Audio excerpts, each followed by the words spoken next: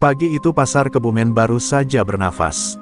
Kabut tipis masih menggantung di antara atap seng yang berderit, sementara para pedagang mulai menata dagangan dengan mata setengah mengantuk. Di tengah hiruk-pikuk yang perlahan hidup, berdirilah sebuah toko elektronik sederhana milik Marno, pria parubaya berusia 45 tahun yang dikenal ramah dan jarang meninggikan suara.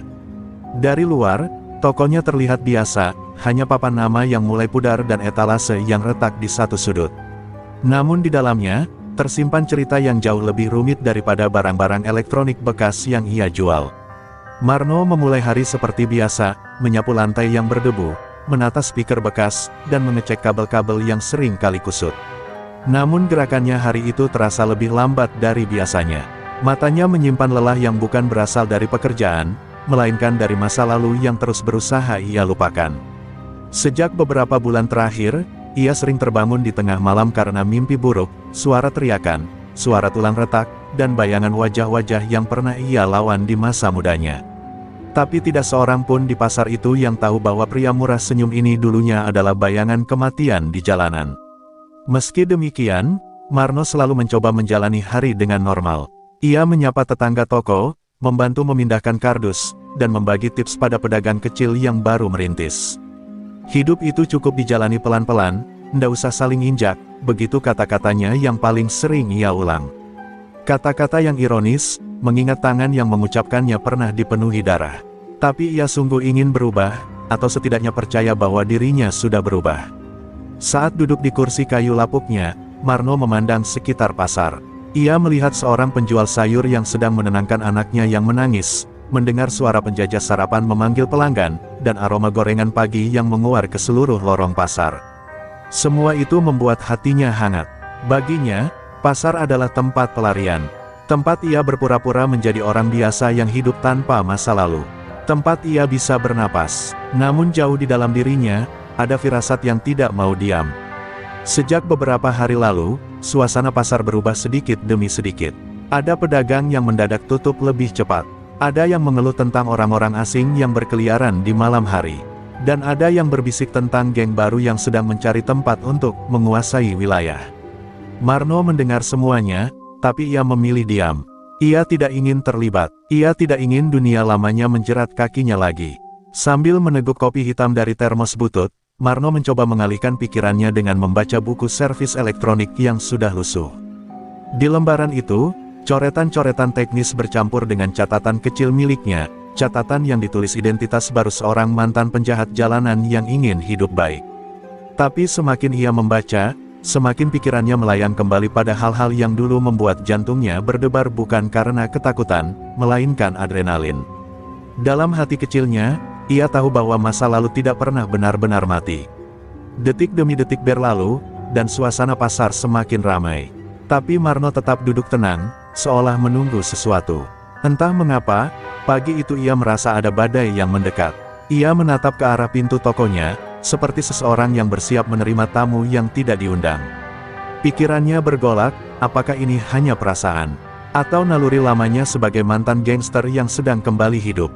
Sebelum ia sempat menjawab pertanyaan itu sendiri, angin yang lewat membawa bau asing, bau yang tidak pernah ada sebelumnya di pasar itu. Bau alkohol, parfum murahan, dan dominasi. Marno mengerutkan kening. Perlahan, tangannya meremas gagang sapu. Ada sesuatu yang berubah hari itu. Dan ia belum tahu bahwa perubahan itu akan mengguncang seluruh hidupnya. Pagi itu, pasar yang biasanya dipenuhi suara tawar-menawar mendadak berubah seperti kehilangan nyawanya. Beberapa pedagang yang sedang membuka lapak tiba-tiba menghentikan gerakan tangan mereka, sementara sebagian lagi buru-buru menutup kembali terpal dagangan. Mata mereka semua mengarah ke ujung lorong pasar, tempat langkah-langkah berat mulai terdengar. Langkah itu bukan langkah pembeli, melainkan langkah orang-orang yang datang membawa masalah. Suara sandal jepit menyeret lantai, bercampur dengan tawa kasar dan layar telepon genggam yang memutar musik keras, menandai kedatangan tamu yang tidak diundang. 5 orang pria muncul dari balik tikungan, dan seketika pasar tenggelam dalam ketegangan. Mereka tidak mengenakan atribut apapun, tapi aura mereka sudah cukup membuat para pedagang menunduk. Tubuh besar, tato di leher, hidung patah, dan cara berjalan yang seperti menantang dunia. Mereka bergerak santai, Namun tatapan mereka menyapu kiri dan kanan dengan niat yang jelas, mencari siapa yang akan mereka tekan hari ini. Di antara mereka, satu sosok berjalan paling depan, lebih tinggi, lebih kokoh, dan lebih liar daripada yang lain. Dia adalah Jajang Brewok. Pernah terdengar kabar tentangnya di desa-desa pinggir Kebumen. Mantan eksekutor jalanan, diusir dari beberapa daerah karena terlalu sering terlibat dalam keributan berdarah. Dikatakan bahwa ia memimpin geng kecil bernama Brewok Hitam, kelompok preman baru yang mencoba menancapkan wilayah di pasar-pasar sekitar. Namun bagi para pedagang pasar Kebumen yang selama ini relatif tenang, itu hanyalah rumor, sampai hari itu menjadi kenyataan di depan mata. Jajang berjalan pelan namun penuh kesombongan, brewok tebalnya berkibar sedikit karena angin pasar yang lembut. Matanya gelap, tajam, dan tidak pernah tersenyum. Tangannya menggenggam rokok yang nyaris padam, tapi ia membiarkan abu jatuh sembarangan, seolah pasar itu miliknya. Setiap kali ia melewati pedagang, orang-orang buru-buru memalingkan wajah atau menunduk, berharap tidak menarik perhatiannya. Tapi justru sikap itu membuat Jajang berdecak puas. Rasa takut adalah makanan favorit bagi seorang pemangsa seperti dia. Sepi amat pasar, ujar Jajang dengan suara berat yang langsung membuat orang-orang merinding. Pada takut apa, kami cuma lewat doang, kok. Preman-preman yang mengikutinya tertawa, tawa yang lebih mirip suara hewan liar daripada manusia. Salah satu dari mereka menendang kotak buah, membuat apel-apel menggelinding, tetapi tidak ada pedagang yang berani memprotes. Dari dalam tokonya, Marno memperhatikan semuanya dengan tatapan yang jauh lebih dalam daripada para pedagang lain. Ia mengenali pola langkah, cara Jajang memegang rokok, cara geng itu menyebar untuk menguasai ruang. Itu bukan gaya orang baru. Itu gaya kelompok yang sudah berpengalaman membuat orang bertekuk lutut. Marno merasakan punggungnya menegang, bukan karena takut, tetapi karena naluri lamanya sebagai mantan gangster mulai bergerak. Salah satu preman menunjuk ke arah toko Marno. Bos, itu kayaknya toko yang paling rame. Jajang menoleh perlahan, matanya menyipit. Tanpa terburu-buru, ia mulai melangkah ke arah toko elektronik itu. Setiap langkahnya terdengar seperti dentuman kecil di dalam dada para pedagang. Seolah seluruh pasar menahan napas. Marno berdiri tegak di depan pintunya, tidak mundur, tidak bersembunyi. Ia sudah tahu apa yang akan terjadi. Dan ketika Jajang berhenti tepat di depannya, hanya berjarak 1 meter, dunia terasa seperti membeku. Dua masa lalu, yang satu penuh kekejaman, yang satu berusaha lari dari kekerasan, akhirnya bertemu dalam satu titik yang tak terhindarkan. Dan itulah momen ketika badai mulai memasuki kehidupan Marno. Jajang Brewok berhenti tepat di depan toko Marno, berdiri dengan bahu melebar seperti hendak menutupi seluruh pintu masuk. Debu pasar mengendap di sepatu botnya, namun sikapnya menunjukkan bahwa ia tidak peduli pada apapun selain satu hal, dominasi. Dengan tatapan meremehkan, ia menyapu isi toko Marno, dari televisi-televisi bekas hingga kipas angin yang berputar lambat. Seolah-olah ia sedang menilai berapa banyak uang yang bisa ia peras dari toko itu. Tanpa memberi salam atau tanda hormat sedikit pun, Jajang menginjak puntung rokok tepat di depan kaki Marno. "Toko kamu rame, iya," katanya dengan nada datar tetapi penuh ancaman terselubung. "Tempat kayak gini butuh keamanan ekstra. Kamu ngerti maksud gue, kan?" Preman-premannya terkekeh di belakang, menikmati setiap detik intimidasi itu. Namun tidak seperti pedagang lain, Marno tidak menunjukkan rasa takut. Ia menatap lurus ke mata Jajang, tatapan tajam yang membuat pemimpin geng itu sedikit mengangkat alisnya. Jajang lalu mengeluarkan jari telunjuknya dan mengetuk etalase kaca 3 kali. Tok, tok, tok, ketukan itu terdengar seperti palu godam di telinga pedagang sekitar. "Gini aja," lanjut Jajang santai. "Gue orangnya nggak ribet, bayar 15 juta, dan toko lo aman. Nggak ada yang bakal ganggu. Harga segitu murah untuk 1 bulan. Ia mencondongkan tubuh, memperkecil jarak. "Kalau lo nggak bayar, ya, kita lihat aja apa yang masih berdiri besok." Suasana pasar langsung menciut. Beberapa pedagang yang mengintip dari jauh menutup kembali tirai kain lapak mereka, takut melihat apa yang akan terjadi selanjutnya. Marno tetap tidak bergerak. Baginya, ancaman itu bukan hal baru. Kata-kata seperti itu, nada seperti itu, semua pernah ia dengar bertahun-tahun lalu, saat dirinya masih berlumur dosa. Tapi hari ini ia adalah Marno sang pedagang, bukan Marno sang jagal jalanan. Meskipun begitu, sesuatu di dalam dirinya mulai bergetar. "Saya tidak butuh keamanan dari kalian," jawab Marno dengan suara tenang namun tegas. "Saya tidak akan bayar sepeser pun." Kata-kata itu keluar seperti palu menghancurkan kaca. Salah satu preman di belakang Jajang langsung maju setengah langkah, namun ditahan oleh gerakan tangan pemimpinnya. Jajang tersenyum tipis, senyum yang lebih mirip geraman hewan yang hendak menerkam. "Oh, berani juga lo ya, kakek," ejek Jajang sambil mendekatkan wajahnya ke Marno. "Tapi gue kasih tahu, di pasar ini, nggak ada yang nolak gue. Lo bakal jadi yang pertama, dan mungkin yang terakhir." Nafasnya berbau alkohol dan rokok murahan, menyapu wajah Marno, tetapi pria parubaya itu tidak bergeming. Ia justru mencondongkan tubuh sedikit, menunjukkan bahwa dirinya sama sekali tidak gentar. Marno memandang lurus, tidak menunjukkan keraguan. "Pergi dari sini sebelum saya benar-benar marah," katanya pelan. Namun suara pelan itu justru terasa lebih menggetarkan daripada teriakan. Para pedagang yang menguping merinding, sebagian menutup mulut agar tidak bersuara. Tidak ada yang pernah berbicara seperti itu kepada Jajang Brewok. Wajah Jajang berubah, senyum hilang, digantikan oleh kilatan marah yang gelap. Ia menatap Marno seperti melihat mangsa yang menantang predator.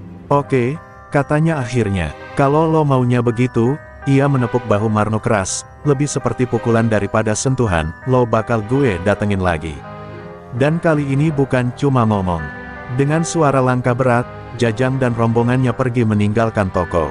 Namun ancaman mereka tertinggal di udara, menggantung seperti badai yang belum pecah. Marno berdiri di tempatnya, tangan mengepal diam-diam di balik tubuh. Ia tahu, saat itu juga, bahwa ketenangan hidupnya baru saja resmi berakhir. Keesokan harinya, suasana pasar Kebumen tidak seperti biasanya. Para pedagang datang lebih awal, namun banyak dari mereka hanya membuka lapak setengah hati. Mereka tidak ingin terlibat, tetapi juga tidak mampu memalingkan wajah dari kenyataan yang mulai menjalar di pasar. Geng Jajang Brewok ini berkeliaran seperti penjaga tak resmi, menatap tajam siapapun yang mendekati toko Marno. Hari baru dimulai, namun sudah terasa lebih gelap dari biasanya. Tepat pukul 8 pagi, 4 preman anak buah Jajang mulai berdiri di depan toko Marno. Mereka tidak berbicara, hanya berdiri dengan tangan bersilang dan wajah penuh ancaman. Setiap pembeli yang hendak mendekati toko elektronik itu langsung dihadang dengan alasan-alasan kasar. "Jangan di sini, toko ini ada masalah," kata salah satu dari mereka sambil mendorong seorang bapak tua yang hendak membeli speaker. Pembeli lain yang mencoba melihat-lihat pun langsung mundur ketakutan. Marno menyaksikan semuanya dari balik etalasenya. Ia bisa melihat bagaimana pengunjung yang awalnya ingin membeli barang tiba-tiba memilih pergi ke toko lain, atau bahkan keluar dari pasar. Pendapatannya hari itu merosot drastis, bukan karena kualitas barangnya, tapi karena teror yang sengaja diciptakan. Preman-preman itu tidak menyentuh barangnya, tidak merusak tokonya, tetapi mereka menghancurkan penghasilannya pelan-pelan. Tekanan halus, tapi mematikan. Persis metode yang pernah ia gunakan di masa kelamnya. Salah satu preman lalu mendekati toko dan menendang kursi plastik yang biasanya digunakan pelanggan untuk duduk. "Kasihan ya, tokonya sepi," katanya sambil tertawa. "Kalau begini terus, bangkrut nih. Mungkin kalau bayar Jajang, bisa rame lagi." Dua preman lain ikut tertawa, suara mereka menggema seperti tawa burung pemakan bangkai. Mereka ingin memancing reaksi dari Marno. Mereka ingin melihatnya marah, atau takut, atau menyerah. Namun Marno tetap diam, seolah tidak mendengar. Tetapi diamnya Marno bukan karena takut. Justru karena amarahnya mulai bangkit, perlahan namun pasti. Setiap ejekan, setiap ancaman, setiap pembeli yang diusir, membuat Marno kembali merasakan getaran yang pernah ia kenal. Getaran yang dulu membuat namanya ditakuti di jalanan. Tapi kali ini, ia berusaha menahannya sekuat tenaga. Ia tidak ingin kembali menjadi monster yang dulu ia tinggalkan. Menjelang siang, tekanan semakin buruk. Seorang ibu-ibu yang hendak membeli charger dipaksa mundur dengan kasar. "Bu, jangan ke sini. Toko ini mau tutup sebentar lagi," teriak seorang preman sambil menutup setengah pintu toko Marno dengan tangannya. Marno keluar dan menepis tangan itu. Suasana seketika membeku. Para pedagang yang menonton dari kejauhan menelan ludah, ini momen yang mereka takutkan. Preman itu menatap Marno dengan mata merah seperti banteng hendak menyeruduk. "Jangan sok berani, Pak Tua," katanya sambil mendorong dada Marno pelan, namun penuh provokasi. Bos kami datang sebentar lagi. Mending siapin duit daripada bikin masalah makin panjang. Marno hanya menatapnya, tanpa kata, tapi sorot matanya berubah. Ini bukan lagi sorot seorang pedagang biasa. Ini sorot seseorang yang telah lama menahan diri untuk tidak menunjukkan siapa dirinya sebenarnya. Ketika para preman kembali ke posisi mereka, Marno menarik napas panjang. Bukan untuk menenangkan diri, melainkan untuk memastikan ia masih mampu menahan sisi lamanya untuk tidak meledak. Tapi di lubuk hatinya, Marno tahu satu hal, intimidasi ini hanyalah permulaan. Dan Jajang Brewok pasti akan datang lagi, kali ini dengan tujuan yang jauh lebih berbahaya. Marno berdiri di depan tokonya, memandang para preman yang masih berkeliaran seperti anjing-anjing liar mencari mangsa. Namun fokusnya terhenti pada satu detail kecil yang tidak disadari orang lain, kepalan tangan Jajang Brewok. Cara Jajang menggenggam, cara urat di tangannya menegang, cara buku jari memutih, semuanya adalah gerakan khas petarung jalanan. Gerakan yang sangat familiar bagi Marno, sebab ia pernah bertahun-tahun hidup dengan gaya yang sama. Dan ketika ingatan itu kembali, guncangan kecil terasa di dadanya. Tiba-tiba suara pasar memudar. Suara pedagang, langkah kaki, teriakan pembeli, semuanya hilang, digantikan oleh gema masa lalu yang datang tanpa permisi. Dalam benaknya, Marno kembali melihat dirinya yang muda, berumur 20, kurus tapi penuh amarah, memimpin geng kecil yang menguasai gang-gang sempit Kebumen. Ia teringat malam-malam berdarah, saat pukulan menjadi bahasa utama, dan rasa sakit bukan hal yang menakutkan tetapi justru memabukkan. Ia melihat kembali bayangannya sendiri memukul seseorang di bawah lampu jalan redup. Ia ingat suara batuk berdarah, ingat rasa dingin metal pada genggaman besi, ingat teriakan teman-temannya yang bersorak saat ia menghabisi lawan. Semua itu dulu membuatnya merasa kuat, merasa hidup. Namun kini, semua kenangan itu berubah menjadi beban berat di pundaknya. Bekas luka di lengan yang sudah lama ia abaikan kembali berdenyut, seolah ikut mengingatkan siapa sebenarnya dirinya. Dalam kilatan ingatan lain, Marno melihat wajah ibunya yang menangis di teras rumah. Malam ketika ia pulang dengan tubuh penuh darah dan tangan bergetar setelah pertarungan besar. Ibunya memohon agar ia berhenti, memohon agar ia tidak menjadi setan jalanan, seperti ayahnya dulu. Dan malam itulah Marno memutuskan meninggalkan gengnya, meninggalkan dunia gelap, dan membangun hidup baru. Ia bersumpah tidak akan pernah lagi menggunakan tangannya untuk menyakiti. Sumpah itu ia pegang selama hampir 2 dekade. Ia membangun reputasi sebagai pedagang jujur, menahan diri setiap kali emosi memuncak, dan menghindari konflik sejauh mungkin. Namun kini, dengan Jajang berdiri di depan tokonya dengan tatapan mengancam, sumpah itu mulai goyah. Bukan karena ia ingin kembali berbuat kekerasan, tetapi karena ia sadar bahwa dunia kadang memaksa orang baik untuk bertindak keras. Pandangan Marno kembali ke geng Jajang yang masih sibuk menghina dan menakut-nakuti pembeli. Tangan Marno mengepal tanpa ia sadari, gerakan spontan yang sudah lama tidak ia lakukan. Uratnya menegang, dan rasa gemetar halus menjalar dari lengan ke bahunya, rasa yang sama seperti saat ia bersiap menghadapi pertarungan dulu. Ia benci sensasi itu, namun tubuhnya mengingat semua teknik yang pernah ia kuasai. Tubuhnya ingat bagaimana cara bertahan, menyerang, dan membalas. Jika dulu ia berjuang demi geng, demi harga diri, atau sekadar memenuhi amarah, sekarang alasannya sangat berbeda. Sekarang ia berjuang demi toko kecil yang ia bangun dari nol, demi pedagang-pedagang yang takut, demi kedamaian pasar yang ia cintai, demi dirinya sendiri yang selama ini berusaha hidup sebagai manusia biasa. Dalam hati yang paling dalam, Marno tahu, pertarungan ini tidak bisa ia hindari. Masa lalunya tidak datang untuk menghantuinya, masa lalu itu datang untuk memanggilnya kembali. Bukan untuk jadi monster, tetapi untuk jadi pelindung. Sore itu, ketika pasar mulai sepi dan pedagang satu persatu menutup lapak, langkah berat kembali terdengar memasuki lorong utama. Tidak ada musik dari ponsel, tidak ada tawa kasar. Yang ada hanya langkah berat yang ritmis, langkah seseorang yang datang bukan untuk bicara, tetapi untuk menghancurkan.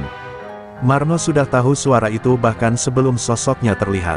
Jajang Brewok datang lagi, kali ini tidak membawa banyak anak buah, hanya 2 orang. Itu pertanda ia datang bukan untuk pamer kekuatan, tapi untuk memberi peringatan keras.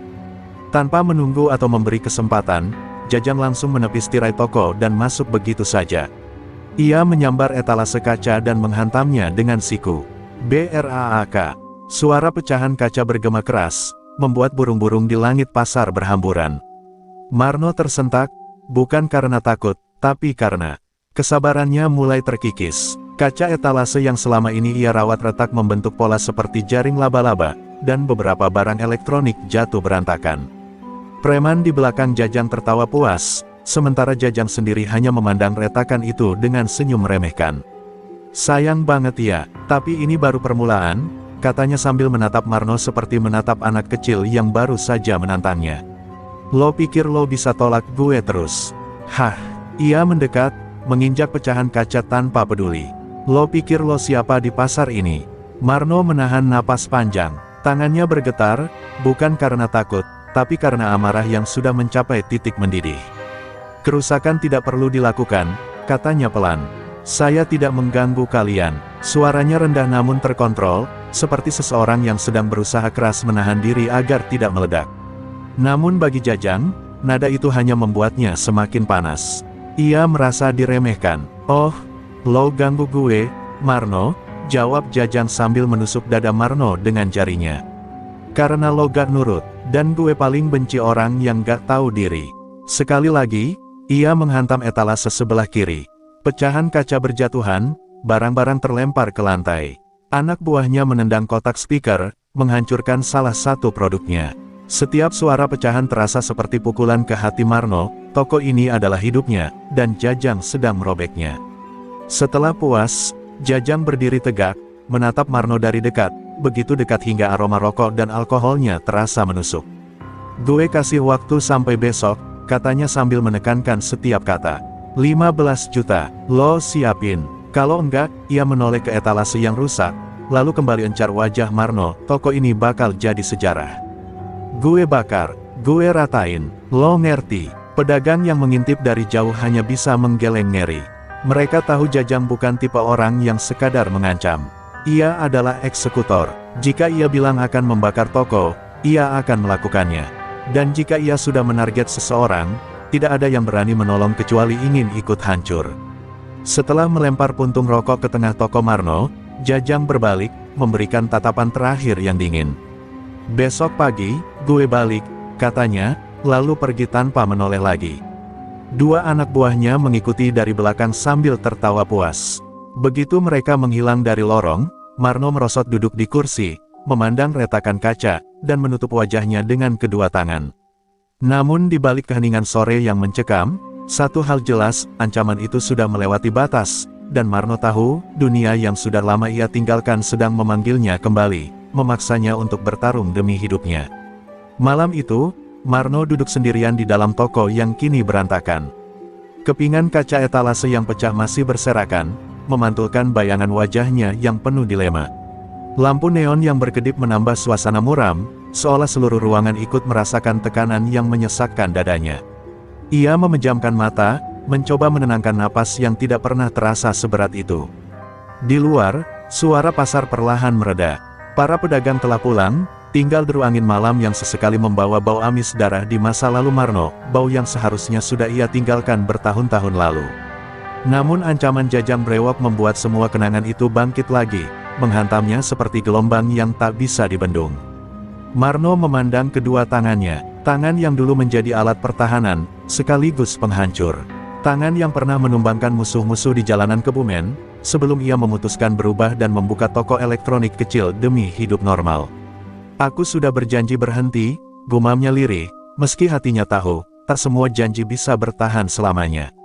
Ia teringat wajah istrinya, almarhumah yang selalu menahannya agar jauh dari kekerasan. Demi wanita itulah ia meninggalkan dunia gangster. Demi wanita itu pula ia membangun hidup baru. Tapi kini, ancaman Jajang tidak hanya menyasar tokonya, tetapi harga dirinya, masa depannya, serta kenangan yang ingin ia jaga. Dan untuk semua itu, Marno merasa ia tidak bisa tinggal diam.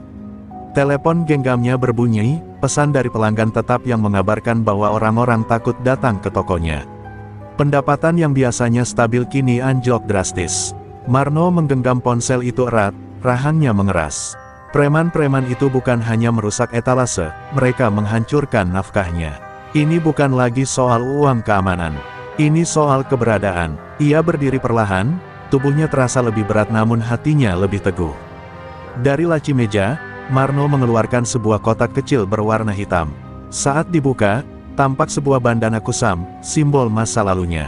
Sentuhan kain itu membuat bulu kuduknya meremang. "Aku tidak ingin kembali," bisiknya. "Tapi kalau kalian memaksa." Marno menatap pantulan dirinya yang ada di jendela toko, tatapan yang menandakan seseorang yang telah mengambil keputusan paling penting dalam hidupnya. Besok, ia tidak akan datang sebagai pemilik toko elektronik. Ia akan datang sebagai Marno yang dulu dikenal di jalanan, sosok yang bahkan gangster lain enggan menyinggung. Dengan napas panjang, Marno mematikan lampu dan menutup pintu toko. Malam itu, ia tidak lagi merasa sebagai korban. Ia telah memilih jalan yang jauh lebih berat, namun satu-satunya jalan yang bisa mempertahankan hidupnya. Besok, Jajang Brewok akan melihat siapa sebenarnya orang yang mereka palak. Dan pasar Kebumen akan menyaksikan kebangkitan kembali seorang legenda yang pernah hilang. Pagi itu, kabar tentang tantangan duel Jajang Brewok menyebar cepat di seluruh pasar. Para pedagang yang semula sibuk menata barang dagangannya kini berbisik-bisik dengan wajah pucat. Mereka tahu siapa Jajang Brewok, dan lebih dari itu, mereka tahu betapa berbahayanya orang yang berani menolak permintaan gengnya. Ketika Marno tiba membuka toko, puluhan pasang mata langsung menatapnya dengan campuran ketakutan dan harapan. Salah satu pedagang sayur, Bu Zamnah, mendekatinya dengan gemetar. "Pak Marno, tolong batalkan saja. Jajang itu bukan orang biasa," ucapnya dengan suara parau. Pedagang lain ikut mengangguk, mencoba meyakinkannya. Ada yang memegang lengannya, ada yang memohon agar ia pergi saja dari pasar hari itu. Namun Marno hanya tersenyum tipis, senyum yang menyembunyikan badai di dalam dirinya. "Aku berterima kasih, tapi ini urusan yang harus aku selesaikan," jawab Marno tenang. Suaranya datar, namun matanya menyala dengan tekad yang membuat semua orang terdiam. Mereka sadar, lelaki itu sudah menentukan langkahnya, dan tidak ada siapapun yang bisa mengubahnya. Ketika Marno berjalan menuju belakang pasar, para pedagang hanya bisa menatap punggungnya yang tampak seperti bayangan dari masa lalu yang kembali hidup. Tempat kosong di belakang pasar itu sudah dipenuhi preman anak buah Jajang. Beberapa duduk di atas tumpukan peti kayu, sebagian lain bersandar di dinding, merokok sambil menatap Marno dengan tatapan mengejek. Debu berterbangan setiap kali angin lewat, membawa aroma besi karat dan kenangan buruk dari masa lalunya. Marno berhenti sejenak, memandang arena itu, arena yang pernah menjadi saksi bagi banyak pertarungan brutal di zamannya dulu. Di tengah kerumunan itu, berdirilah Jajang Brewok, tubuh besar dengan dada bidang dan brewok lebat yang membuatnya terlihat seperti binatang buas yang siap menerkam. Ia menyeringai ketika melihat Marno datang. Akhirnya berani juga muncul, kakek tua, cibirnya dengan suara berat. Anak buahnya tertawa keras, mengisi udara dengan suara mengejek yang menusuk telinga. Marno tidak menjawab, ia hanya berjalan perlahan, meletakkan jaket kerjanya di sebuah kursi reyot yang sudah lama teronggok di pojok arena. Gerakan itu sederhana, namun bagi sebagian preman yang memperhatikannya, ada sesuatu yang berubah pada Marno, postur tubuhnya, caranya berdiri, caranya menatap. Jajang mendadak merasa ada sesuatu yang aneh, tapi egonya menepis semua kekhawatiran itu. Dua orang preman menutup pintu besi belakang pasar, membuat arena itu seolah menjadi kandang maut. Suara dentuman pintu besi itu menggema, membuat suasana semakin mencekam. Jajang melangkah maju sambil mengepalkan tangannya. "Ini kesempatan terakhir. Bayar uang keamanan, atau aku buat kau menyesal lahir," katanya sambil menatap tajam. Marno mengangkat kepalanya, sorot matanya kini gelap, bukan karena takut, melainkan karena sesuatu yang sudah lama ia kubur akhirnya bangkit sepenuhnya. "Aku sudah selesai diam," bisiknya. Beberapa langkah kemudian, angin seolah berhenti bergerak. Arena di belakang pasar menjadi saksi ketika dua sosok itu saling berhadapan, bukan sebagai pedagang dan preman, tetapi sebagai dua petarung yang membawa masa lalu masing-masing. Dan pertarungan itu akan mengubah segalanya. Begitu langkah pertama diambil, udara di arena seakan membeku. Jajang Brewok langsung maju dengan teriakan ganas, mengayunkan pukulan besar yang bisa merobohkan dua orang sekaligus. Debu berterbangan saat tanah terinjak keras oleh bobot tubuhnya. Para anak buahnya bersorak, yakin duel ini akan selesai dalam satu pukulan. Namun Marno berdiri tenang, seakan ia sudah mempelajari setiap gerakan lawannya bahkan sebelum duel dimulai. Ketika tinju Jajang melesat, Marno bergerak cepat ke samping, membuat serangan itu menghantam udara kosong. Banyak yang tidak melihatnya jelas, hanya seperti bayangan yang bergeser cepat. Jajang terkejut, tapi belum sempat berpikir, Marno membalas dengan pukulan lurus ke arah rusuk. Duk, suara hantaman itu membuat beberapa preman spontan meringis. Jajang mundur 2 langkah, tangannya refleks menahan rasa sakit. Apa itu? Gumam salah satu preman, terlihat bingung. Mereka tahu Marno seorang pedagang elektronik, bukan petarung. Tapi gerakan barusan jelas bukan gerakan amatiran. Jajang menggeram, merasa harga dirinya diinjak. Wajahnya memerah, napasnya memburu. "Jangan sok jagoan di tempatku," teriaknya sambil menerjang kembali, kali ini dengan pukulan berantai. Marno mulai memasuki mode lamanya, mode yang tidak pernah ia buka selama bertahun-tahun. Setiap pukulan Jajang yang besar tapi lambat berhasil ia baca. Marno menunduk, memutar badan, dan memanfaatkan momentum untuk menghantam dagu Jajang dengan siku yang presisi. Brewok tebal itu sedikit goyah, pandangannya sempat bergetar sesaat. Anak buahnya saling melirik, mulai tidak tenang. Namun Jajang bukan pemula, meski brutal, dia terbiasa bertarung dengan lawan-lawan keras kepala. Dengan teriakan penuh amarah, ia mencoba menangkap Marno untuk dijatuhkan. Tangannya berhasil meraih bahu Marno dan mencoba membantingnya. Tapi Marno memutar tubuhnya, menahan berat badan dengan gaya yang hanya dikuasai oleh petarung jalanan berpengalaman, lalu membalas dengan tendangan cepat ke lutut Jajang. Jajang jatuh berlutut, tapi tidak tumbang. Wajahnya merah padam, urat lehernya menonjol. "Kau bukan orang biasa," desisnya sambil menatap Marno dengan tatapan penuh amarah sekaligus kecurigaan. Marno tidak menjawab, ia hanya mengatur napas, langkahnya ringan, matanya tajam seperti predator yang kembali mengenali medan berburu. Sorakan preman mulai meredup. Beberapa dari mereka yang dulu pernah mendengar legenda lama Kebumen mulai saling berbisik. Jangan-jangan, dia itu. Namun suara mereka terputus ketika Jajang bangkit kembali. Kali ini dengan aura yang lebih gelap. Ia meludah ke tanah dan mengangkat kedua tangannya, sebuah sikap siap. Membunuh, bukan sekadar mengalahkan. Pertarungan semakin panas. Langit yang mendung menambah suasana seolah alam pun menahan napas menonton. Jajang kembali maju dengan kekuatan brutal, sementara Marno menari di antara serangan itu dengan teknik lama yang akhirnya bangkit dari kuburannya. Duel pertama itu bukan sekadar adu pukulan, itu adalah benturan masa lalu dan masa kini. Dan di mata orang-orang yang menyaksikan, mereka mulai sadar, Marno bukan lagi sekadar pemilik toko elektronik. Ia adalah seseorang yang pernah ditakuti di jalanan Kebumen. Ketika Jajang terguncang oleh serangan Marno, suasana arena belakang pasar berubah drastis. Para preman yang sejak tadi hanya menonton mulai panik. Mereka tidak pernah melihat pemimpin mereka dipukul mundur seperti itu. Bisik-bisik ketakutan mulai muncul, dan dalam hitungan detik, naluri liar mereka mengambil alih. Salah satu preman berteriak, "Serbu aja. Jangan biarkan dia menang." Suara itu menjadi pemicu kekacauan. Tanpa komando resmi, 5 orang langsung maju dari samping, membawa balok kayu dan rantai kecil. Marno sempat mengalihkan pandangannya, namun serangan itu datang terlalu cepat dan terlalu banyak. Sebuah pukulan balok menghantam punggungnya, membuatnya tersungkur setengah berlutut. Rasa perih langsung menjalar, namun tubuhnya bergerak spontan, dipandu insting bertahun-tahun di dunia kelam yang pernah ia tinggalkan. Ia berguling ke samping, menghindari rantai yang nyaris membelah kulit kepalanya. Ketika bangkit, 2 preman langsung menerjang. Marno menangkis pukulan pertama, menghantam dagu penyerangnya dengan telapak tangan, lalu memutar tubuh untuk menendang lutut preman kedua hingga terdengar bunyi krek yang membuat kerumunan bergidik. Namun serangan tidak berhenti. Preman ketiga meluncurkan pukulan ke rahang Marno. Kali ini ia terlambat menghindar. Brak, darah langsung pecah dari sudut bibirnya. Kepala Marno terpelanting ke samping, pandangannya berputar sesaat.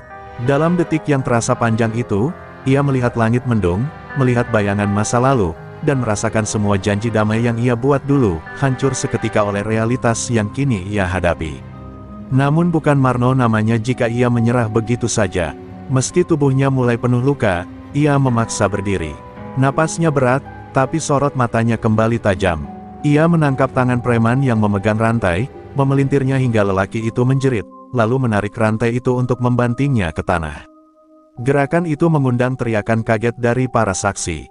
Dua preman lain datang bersamaan. Marno menendang salah satu ke perut, membuatnya terlempar menabrak tumpukan peti.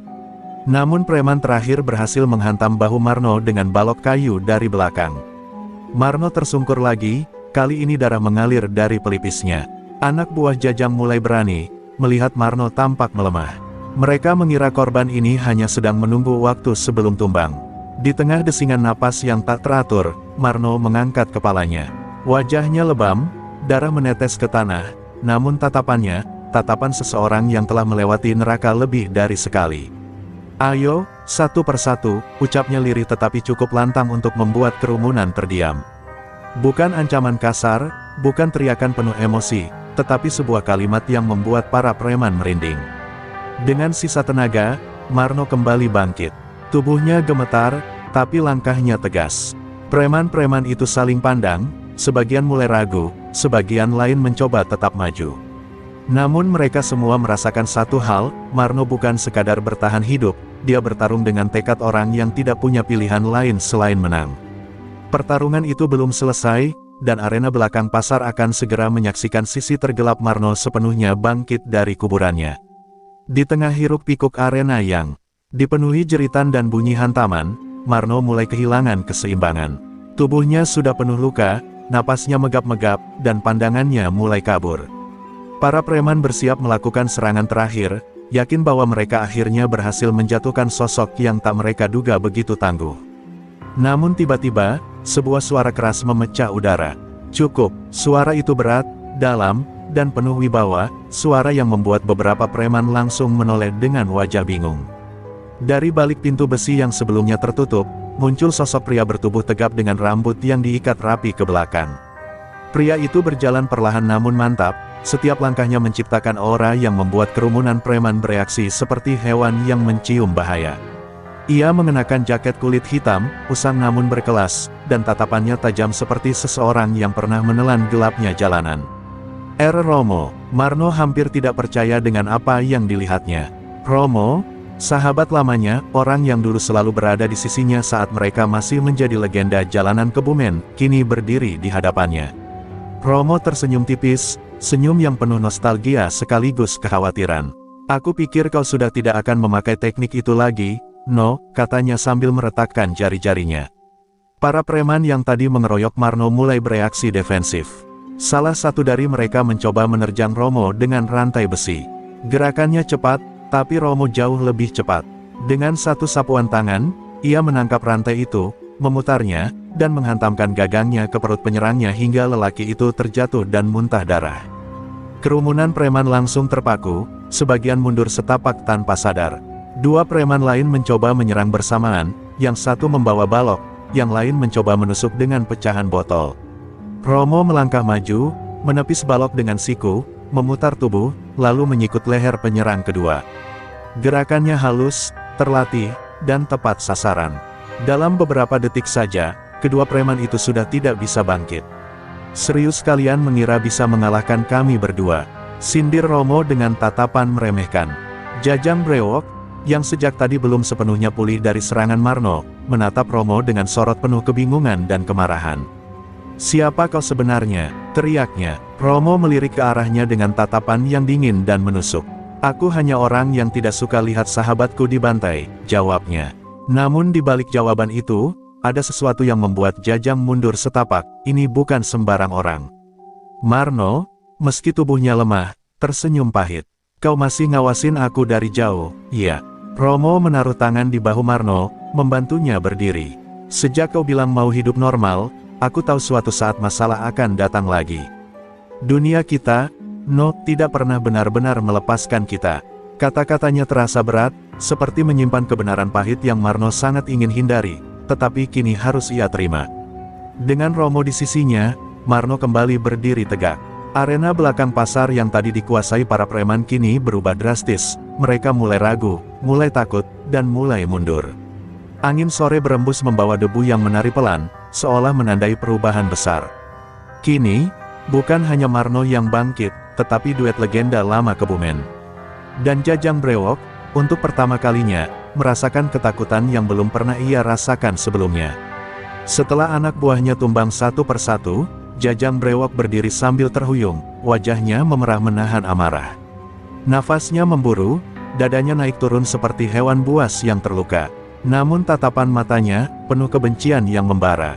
"Marno," teriaknya dengan suara parau, "aku nggak peduli siapa kamu dulu.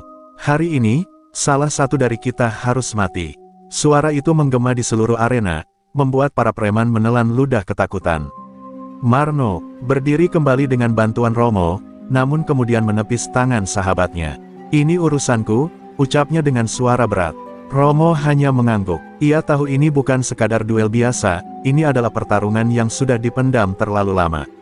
Marno melangkah maju, meski tubuhnya gemetar karena luka. Namun sorot matanya menunjukkan tekad yang tak bisa dipatahkan oleh rasa sakit. Jajang maju dengan teriakan menggelegar, mengayunkan pukulan besar yang diarahkan ke kepala Marno. Marno menghindar di detik terakhir, merasakan angin keras yang lewat di samping wajahnya. Tanpa menunggu, ia membalas dengan pukulan tajam ke pipi Jajang. Brak, kepala Jajang terpelintir ke samping, tapi ia tidak roboh, malah semakin terlihat seperti monster yang kehilangan akal. "Kau membuat aku kehilangan muka." Jajang menerjang seperti banteng. Tubuhnya menghantam Marno, membuat keduanya jatuh berguling di atas tanah berdebu. Dalam posisi itu, Jajang mencoba mencekik Marno, menekan kuat dengan kedua tangan raksasanya. Marno meronta, penglihatan mulai kabur. Telinganya hanya mendengar dengungan samar, seolah dunia mulai menghilang. Dalam kondisi kritis itu, bayangan masa lalu kembali muncul di benak Marno, senyum istrinya, mimpinya untuk hidup damai, dan pasar kecil yang ingin ia jaga. Semua itu membuat amarah tenang di dalam dirinya bangkit sepenuhnya. Dengan tenaga terakhir, Marno menghantam kedua siku kerusuk Jajang berulang kali. Duk, duk, duk, Jajang melepaskan cekikannya, mengumpat kesakitan. Marno bangkit sambil terengah-engah. Tubuhnya sudah seperti tidak memiliki batas rasa sakit. Namun ia tahu, jika ia kalah di sini, pasar akan jatuh ke tangan para preman. Dengan tekad terakhir yang tersisa, Marno melangkah mendekat. Jajang yang setengah berdiri mencoba memukulnya, tetapi Marno menangkap tangan itu, memelintirnya, lalu menghantamkan lututnya ke wajah Jajang dengan kekuatan penuh. Jajang jatuh tersungkur, darah mengalir dari hidung dan mulutnya. Ia mencoba bangkit lagi, namun tubuhnya tidak lagi merespons.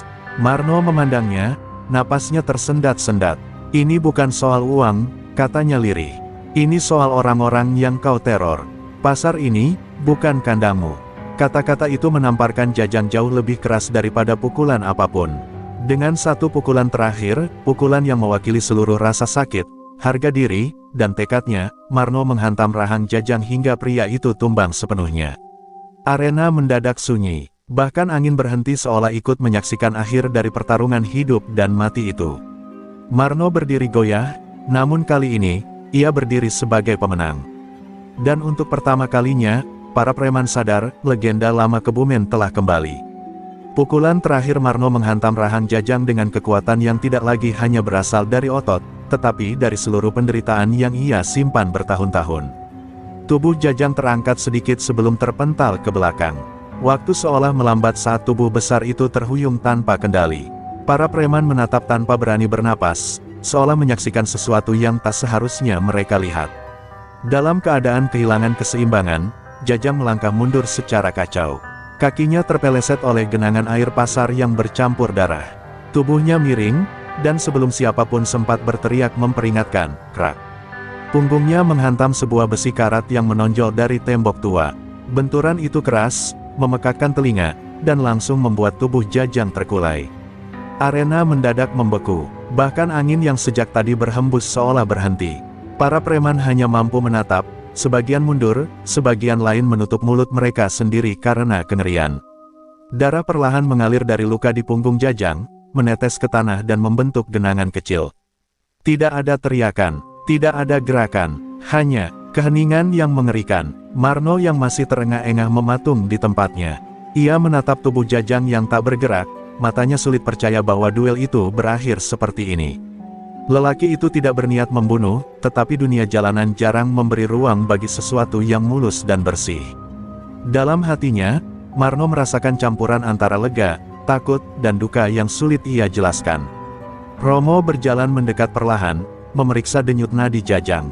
Setelah beberapa detik yang terasa sangat panjang, ia mendongak dan menggeleng pelan. "Selesai," katanya lirih. Suaranya tidak sombong, tidak juga menyesal, hanya suara seseorang yang sudah terlalu sering melihat akhir tragis dalam hidupnya. Kalimat itu menggema, memotong keheningan pasar seperti pisau dingin. Serentak, para preman yang masih tersisa mundur beberapa langkah. Mereka saling menatap dengan wajah pucat, lalu satu persatu mulai berlari keluar dari arena. Tidak ada yang berani menatap Marno maupun Romo. Tidak ada yang berani memikirkan pembalasan.